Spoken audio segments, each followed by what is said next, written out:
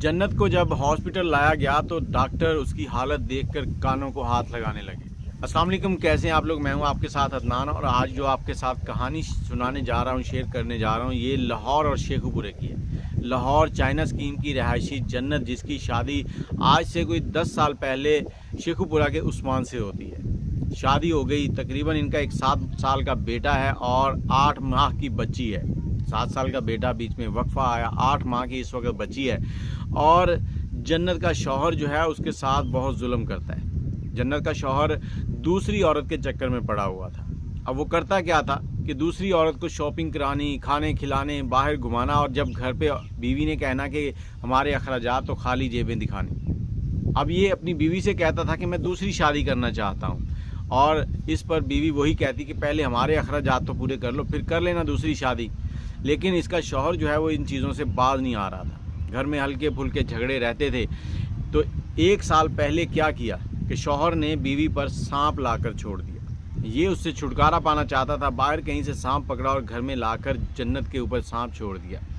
अल्लाह ताला ने उसकी ज़िंदगी रखी और वो बच गई और अपने बच्चों के ऊपर उसका साया सलामत रहा। जन्नत जो है वो अपने घर को तोड़ना नहीं चाहती थी, क्योंकि वो देख रही थी कि उसके एक बेटा है और उसकी गोद में एक बच्चा है जो कि दुनिया में आने वाला है। अब इसी चीज़ को देखते हुए जब जन्नत ने सरवाइव किया, इसके साथ रहना शुरू कर दिया, तो 1 साल के बाद 6 अक्टूबर को उस्मान घर आता है।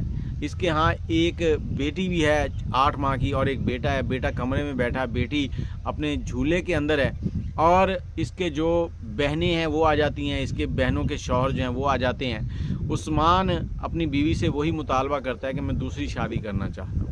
बीवी ने फिर वही कहा कि पहले हमारे अखराजात तो पूरे कर लो। इतनी बात करनी थी कि उस्मान जो है वो आग बगोला हुआ और इसने अपनी बहन के शौहरों के सामने अपनी बीवी के साथ वो काम किया जो एक शौहर अपनी बीवी के साथ अकेले में करता है। फिर यही काम अपने बहनोइयों को कहा कि तुम लोग भी करो। सब ने बार बार उसके साथ ज्यादती की, और ज्यादती करने के बाद जब दिल नहीं भरा तो इन्होंने डंडों से उसको मारना शुरू कर दिया। इतना मारा कि उसके सर की सारी हड्डियां टूट गईं, उसके जिस्म के ऊपर जगह जगह चोटें लग गईं, कपड़े जो हैं वो खून से लथपथ हो गए, और कमरे में बैठा हुआ 7 साल का जो बच्चा है वो ये सब कुछ देख रहा है। अभी उसके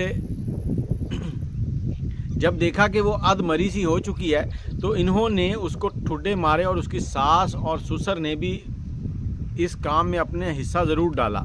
और इसकी बहनें जो हैं कहते हैं कि उन्होंने आकर इस लड़की के ऊपर पेशाब तक किया, इतनी इससे नफ़रत थी। और आखिर जब इस मामले को देखा कि ये मरने वाली हो गई है तो इन्होंने इसको एक एक्सीडेंट का रूप देने की चाहा। अब इस लड़की के कपड़े चेंज किए और चेंज करके शेखुपुरा के हॉस्पिटल में लेके जा रहे थे, और रास्ते में अपने बेटे को समझा रहा है कि अगर कोई पूछे तो कहना कि मम्मा का एक्सीडेंट हो गया। और दूसरी तरफ लड़की के घर वालों को भी फ़ोन कर दिया कि आपकी बेटी का एक्सीडेंट हो गया है, मैं उसको हॉस्पिटल लेके जा रहा हूँ, आप भी आ जाएँ। हॉस्पिटल पहुँचा, डॉक्टरों ने जैसे ही उसको देखा तो डॉक्टर हक्के बक्के रह गए कि इस तरह से भी एक्सीडेंट होता है। डॉक्टरों ने कहा कि इसको आप लाहौर ले जाएं, मामला काफ़ी सीरियस है। इसने उसे एम्बुलेंस में डाला और उसके घर वालों को कह दिया कि आप लाहौर ही रुकें, मैं इसको लेके लाहौर आ रहा हूँ, आप एम्बुलेंस के पैसे ले आना, मेरी जेब इस वक्त खाली है। अब ये लाहौर जा रहा है और पूरे रास्ते अपने बेटे को तोते की तरह पढ़ा रहा है कि आपने यही कहना है कि मम्मा का एक्सीडेंट हुआ था। अब लाहौर पहुँचते हैं, डॉक्टर देखते हैं, देखकर डॉक्टर जो हैं वो हैरान होते हैं और परेशान होते हैं कि इतनी बुरे तरीके से औरत जो है वो ज़ख्मी है। इसने कहा कि एक्सीडेंट हुआ, लेकिन डॉक्टर इस चीज़ को नहीं माने।